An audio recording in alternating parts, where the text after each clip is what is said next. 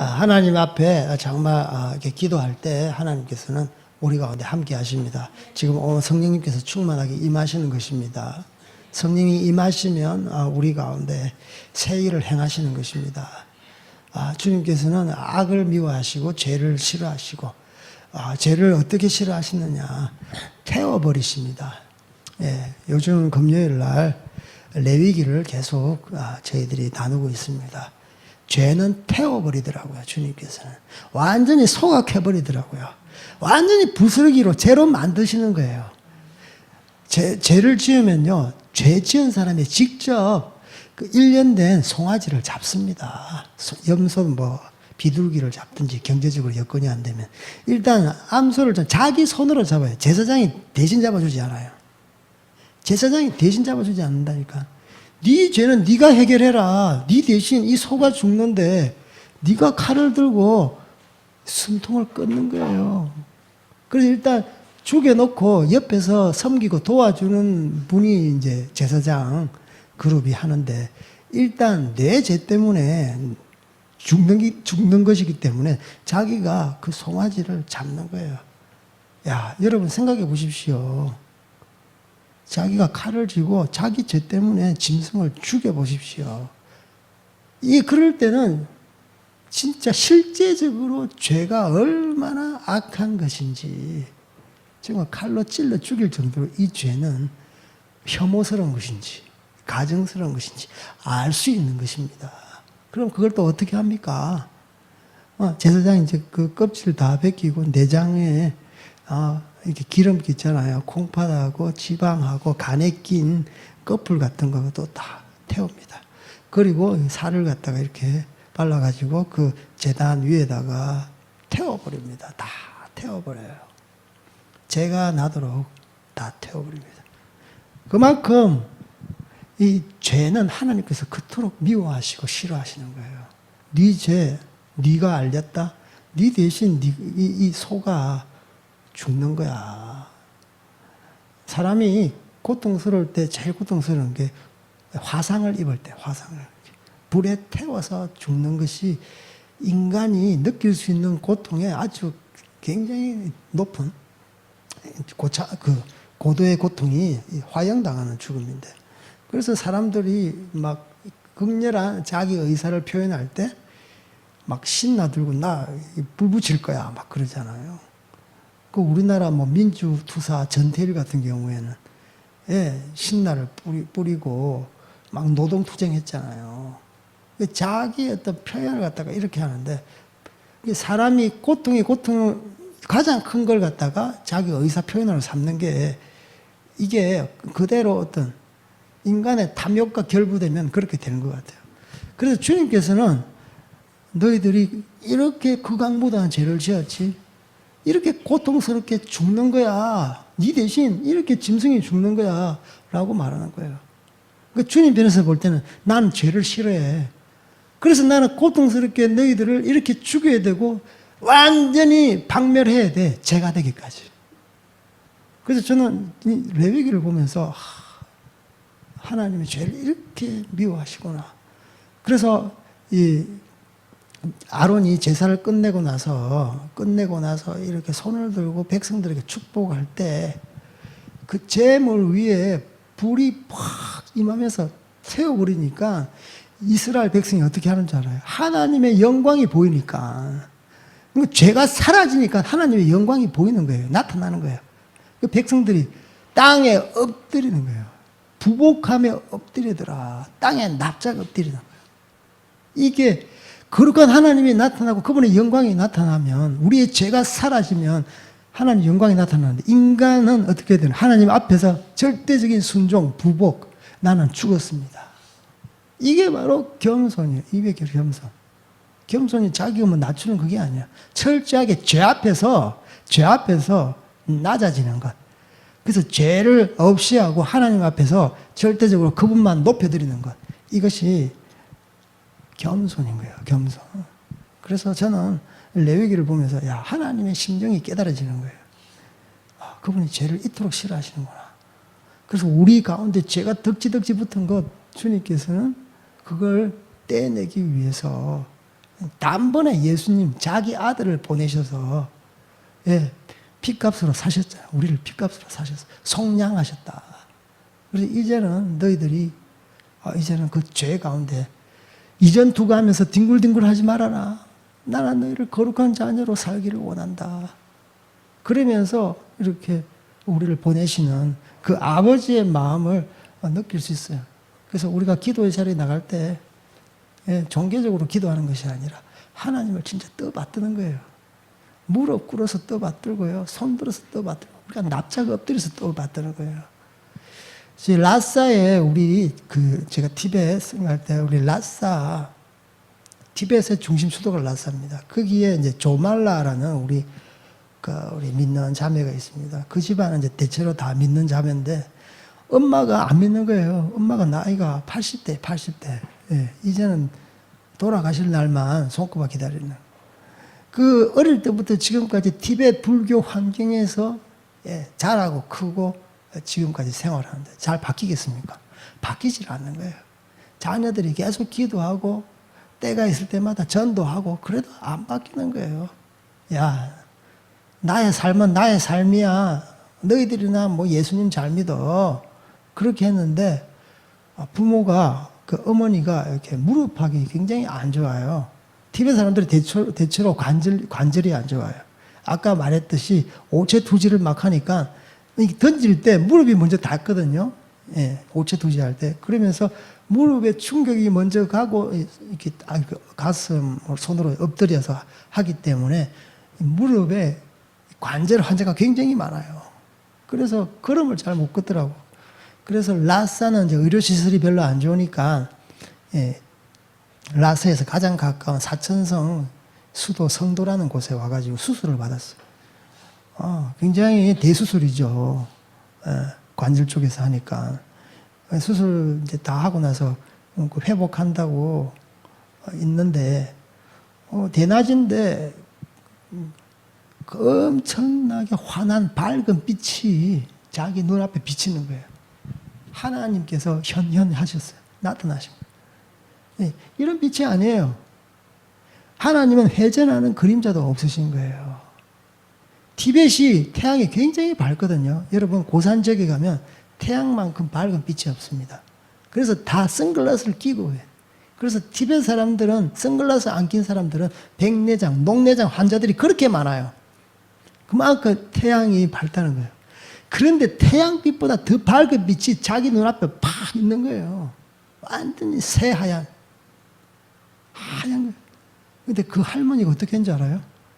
그 앞에서 바로 부복하고 엎드리고 납작 엎드렸대요. 직감적으로 하나님께서 말씀하신 거죠. 다메섹 도상에서 사도 바울에게 사울에게 역사하신 것처럼 자기 개인을 아는 거예요. 하나님께서 나에게 네가 핍박하는 예수라라고 말했던 것처럼 너희들 자녀들이 기도하는 예수 자기한테 느낌이 팍 온 거예요. 그래서 그때 그 체험으로 하나님을 딱 만나가지고 그 할머니가 완전히 변했어요. 예수님을 믿고 변했어요. 여러분 예수 믿고 변하면 이제 회개하고 교회당 가면 되지. 매주 주일 성수하고. 티벳은 그게 아닙니다. 워낙 집에 우상단지들이 너무 많아가지고 80평생 동안 모아놨던 우상단지가 너무 많은 거예요. 우상단지가 뭐가 있을까요? 이 염주부터 시작해서 몇 개 돼요. 그리고 또 이 불경책도 많아요. 우리는 성경책 하나만 달랑하면 되지만 이제 해인사 팔명 대장경 있잖아요. 티벳도 책이 굉장히 많아요. 그 많은 불경책 그리고 많은 불상 그리고 티벳 탱화라고 불교 그림들이 굉장히 많아요. 근데 그 외의 것도 많고 그런데 그걸 다 예수 믿었다고 되는 게 아니잖아. 우상단지를 다 처분해야 되잖아요. 그걸 갖다가 장장 한 달 넘었나? 한 달 반에 걸려서 그 모든 우상단지를 다 처리했어요. 낮에는 이제 이렇게 막 불태우면 혹시 또 이웃이 또 신고할까봐 화재 때문에 그래서 정정하게 태우고 그리고 불상이 엄청 커요. 네팔에서 넘어온 불상은 이제 이렇게 이렇게 해외로 이제 수입했다 그래가지고 그것도 굉장히 비싸요. 그거 10만 원, 20만 원 이렇게 호가예요. 넘어요. 그게 우리나라 돈으로 2천만 원, 2,500만 원, 3천만 원.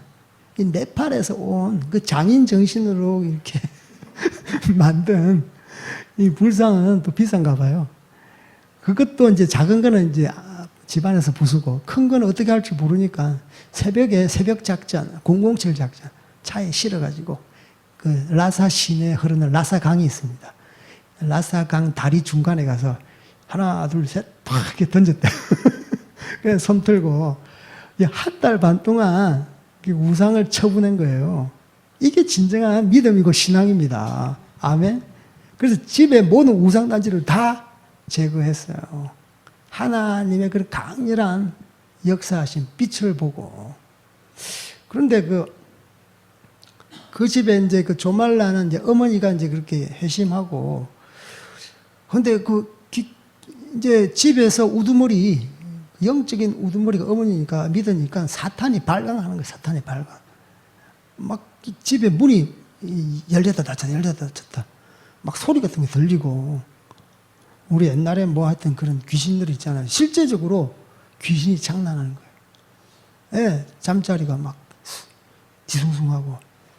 그런데 그 조말라 그 딸이 그 캐나다에 유학 가 있는데, 밤에 잠자는데 꿈을 꿨어요. 그래, 그 뒷날 이제 일어나서 엄마한테 전화를 해요. 엄마, 집에 아직 우상단지 하나 처리 안 한 게 하나님께 보여주셨어. 하나님께 보여주셨어. 꿈에. 그래서 전화기 들고 엄마 어디 방에 가서 어디 그 가구에 서랍에 문을 열어봐. 열어봤더니 그 안에 염주 하나가 깊숙한 곳에 하나 있는 거예요. 그래, 그걸 갖다가 이 망치로 다 부셔가지고 다 처리해가요. 그랬더니 모든 게 깨끗해지는 거예요. 이제는 문도 들락날락이. 꿈도 그런 이상한 꿈도 안 꾸고 깨끗해진 거예요. 그래서 예수 믿는 게 티벳이라는 문화 환경, 1300년 동안 면면이 내려왔던 그런 우상, 티벳 불교 우상, 이게 한 사람이 회심하고 돌아오기까지 그렇게 사탄이 놔주지를 않아. 그래서 그 병상에서 아주 회전한 그 그림자도 없으신 그 하나님의 그 빛을 보니까 그 80대 노모가 사실 그 사람이 설득해서 바뀝니까? 웬만한 체험으로 해서 그 생각, 사고방식이 바뀌겠어요? 세계관, 가치관이 완전히 티베 불교에 이렇게 찌들려 있는 사람인데. 근데 거기서 180도 바뀌어서 하나님께 역사하시더라고요. 그래서 지금은 그 가정을 중심으로 해서 티베트 교회가 세워졌어요. 할렐루야. 그래서 얼마나 감사한지. 절대적으로 하나님의 강력한 이 죄가 사라지고 하나님의 그 불이 딱 떨어지잖아요. 그러면 하나님의 영광이 동시다발적으로 순차적으로 일어나는 것이 아니라 1하면 2, 2하면 3, 끝나고 나서 동시다발적으로 죄가 사라지니까 하나님의 불이 있으니까 죄는 완전히 태워지고 그 가운데 하나님의 영광이 확 현현하고 이스라엘 백성들은 자동적으로 부복해서 엎드려지고 하나님을 찬양하고 그게 바로 이 하나님을 믿는 백성이 이렇게 하나님 앞에 나와야 되지 않겠나 그런 생각을 해봅니다. 아멘. 우리 이제 요즘 그 시국이 계속 좀 티벳이란다. 전염병을 위해서 좀 기도했으면 좋겠습니다. 전염병. 인간의 그 탐욕과 오만으로 인한 그렇게 나온 거예요. 물론 이 시진핑이라는 그런 독재자 때문에 그런 것도 연관이 있지만 결국 본질적으로는 인간의 탐욕과 오만이에요. 요즘 이제 뭐 바이러스, 박테리아 뭐 이렇게 말이 많잖아요. 세균 뭐 그런 것도 있고. 제가 또 뭐 찾아봤어요. 박테리아가 뭔가, 세균이 뭔가. 박테리아가 영어고요. 세균은 한국말이에요. 똑같은 말이더라고. 그리고 바이러스가 뭔가, 바이러스하고 이 박테리아하고, 박테리아는 일본 사람이 바쿠테리아 이렇게 발음합니다. 뭔가 이렇게 했더니, 박테리아는 이렇게 굉장히 몸이 크대요. 바이러스는 굉장히 작은데, 그 1000분의 1, 100분의 1 마이크로, 정도 그렇게 작대요. 이 박테리아는 우리 세포는 뚫을 수 있지만 그 안에 몸속에 깊이까지는 못 들어간대요. 깊이까지는. 그런데 바이러스는 세포도 우리 몸속에 들어가고 우리 그 세균, 세포 안까지 들어갈 수 있대요. 그만큼 전염성이 높다라고 이야기를 해요. 또 박테리아는 스스로 독립적이에요. 스스로 이게 사람이 먹고 마시고 활동하고 스스로 독립적이잖아. 그런데 바이러스는 숙주가 있어요. 기생을 해야 돼요. 무슨 말인지 알겠어요? 어디 붙어 있어야만이 자기가 거기서 영양분을 빨아당기면서 자기가 살 수 있는 거야. 예, 그게 바이러스인 거야. 예. 그러니까 요즘 뭐 기생충 영화가 뜬다고 그래. 기생충이에요. 남한테 기생해야만이 살 수 있는 그게 바이러스인 거야. 그러니까 아주 뭐 속된 말로 더럽죠. 혼자 못 사는 거예요. 예. 그래서 이 박테리아와 바이러스 차이점이 있는 것입니다. 그래서 지금 바이러스가 이렇게 창궐했어요. 창궐해요. 그 누가 중국에서 좀 양심 있는 사람이 이야기를 하잖아요. 사실 그게 정설이에요. 바이러스 실험실에서 유출되었다라고 이야기해요. 중국 정부에서는 뭐라 그럽니까? 예, 이 야생동물 잡아먹어서 그렇다. 그런데 이번에 이 바이러스는요, 달라요. 염기 서열이 달라요. 이 바이러스가, 이렇게 뭐, 박쥐에서 나온 바이러스는 그 90몇 % 비슷하다 그러는데, 변이가 이렇게는 안 된대요. 자연스럽게 놔두면 부패를 하거나 변질이 되거나 변이 되거나 그러면 이렇게 안 된다고. 신종 코로나 바이러스처럼 안 된다고 그러더라고요. 누군가는 이렇게 가위로 잘라서 어떤 실험을 통해서 편집을 했을 때만이 이 바이러스, 신종 코로나 바이러스가 나타난다라고 이야기를 합니다. 그래서 어떤 중국 양심 있는 사람이 연구소에서 유출될 가능성이 높다라고 이야기를 하잖아요. 중국 연구소가 어떤 줄 압니까? 양심 고백을 하는데 연구소에서 이 짐승들을 갖다가 실험하잖아요. 돼지, 소, 닭, 뭐 조그만 쥐에 이르기까지. 그러면 돈이 되는 것은 다 시장에 판대요. 조용하게. 예. 일반 뭐 백성들 눈에 보이는 게 돈밖에 더 있겠습니까? 그러니까 자기가 이렇게 원래되면 소각해야 되는데, 예. 하나님께서 죄를 확 소각해야 되잖아요. 죄는 완전히 소각해야 되잖아요. 세균도 소각해야 되는데 유출된 거예요. 그게 전염성이 돼가지고 지금 무한폐렴 사태가 일어난 겁니다. 여러분 아시겠어요?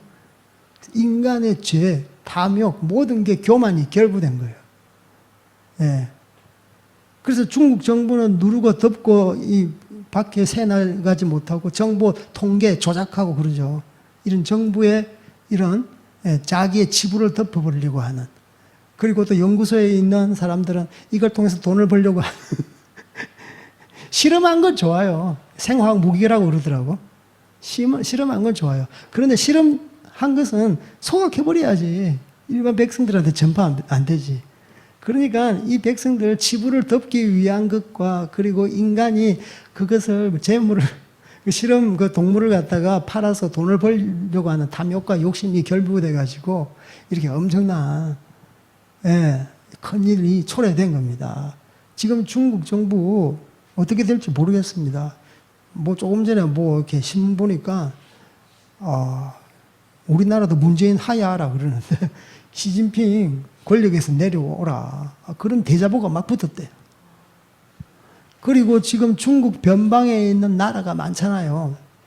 이 베트남 쪽으로 붙었는데 수천 명의 중국 사람들이 대탈출. 그리고 카자흐스탄, 키르기스탄, 중앙아시아 쪽에는 중국 사람 몸들목에 중국 사람 건물에 불을 지르고 중국 정부가 이제 우한을 갖다가 폐쇄했는데 이제는 완전히 없애기로 했대요. 그런 정보까지 들어와요. 나는 그게 가짜 정보였으면 좋겠어요. 그런데 지금 그 소리가 실제로 들려오는 것 같아요. 어떤 호텔에 병상이 부족해가지고 호텔에다가 환자를 다 해놨는데 계속 죽어가니까 그 호텔을 다 누군가 고의적으로 불을 질러버렸대. 그냥 다 태워버리는 거예요. 소각장도 부족하니까. 이게 이렇게 무섭습니다. 그래서 이런 박테리아, 바이러스, 요즘 슈퍼박테리아, 슈퍼버그라고 그러죠. 그 면역학의 그런 박사들, 의료학회에서 항생제만 있으면 된다. 인간은 절대 이제 무서워할 필요 없다. 모든 병균, 세균, 바이러스와 싸워서 이길 수 있다. 백전백승할 수 있다. 우리는 과학기술이 발달했기 때문에 항생제만 있으면 된다. 그렇게 인간들이 교만을 들었어요. 그런데 최근이 어떻습니까? 2000년대 들어서 이 바이러스, 박테리아가 변이를 거듭해가지고 항생제는요, 항생제가 투여되면 그 항생제가요, 옛날에는 항생제에서 어떤 박테리아가 제어되었는데, 이제는 박테리아가 더 똑똑한 거예요. 그 항생제마저도 완전히 무력화시키는 거예요. 그게 슈퍼 더 강력한 면역력으로 갖고 인간 앞에 선 거예요. 그래서 여기 신문에 보니까 박테리아는 예상하지 못한 방식으로 항생제를 분해하는 효소를 개발해낸대요. 스스로. 그래서 더욱 강력한 박테리아를 탄생시켜가지고 인간이 모든 약은 백약이 무약이다 하면서 쳐부셔버리고, 그래서 지금이야말로 완전히 항생제 제약사만 이렇게 배불리는, 그러니까 장사만 하게 하는. 그러니까 이 약을 만들면 그때 약을 팔았죠. 그 뒤에 새로운 변종이 생겨서 슈퍼 돼가지고 이제는 이 약이 필요 없는 거예요. 그러니까 제약사만 배불리는 거예요. 국민들은 가난하게 되는 거예요. 이런 인간의 오만과 탐욕에 의해서 이런 풀리지 않는 이런 문제로 막 들어가는 거예요. 결국은 뭡니까? 인간들의 엄청난 오만과 착각에서 나온 것이죠. 우리 말씀 하나 보겠습니다. 그 전도서 9장 3절.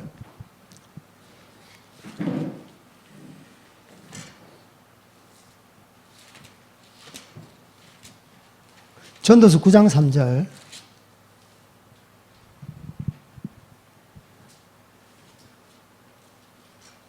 시작. 그것은 곧 인생의 마음에는 악이 가득하여 그들의 평생에 미친 마음을 품고 있다가 후에는 죽은 자에게로 돌아가는 것이. 이게 전도서에 이렇게 솔로몬이 지은 건데요.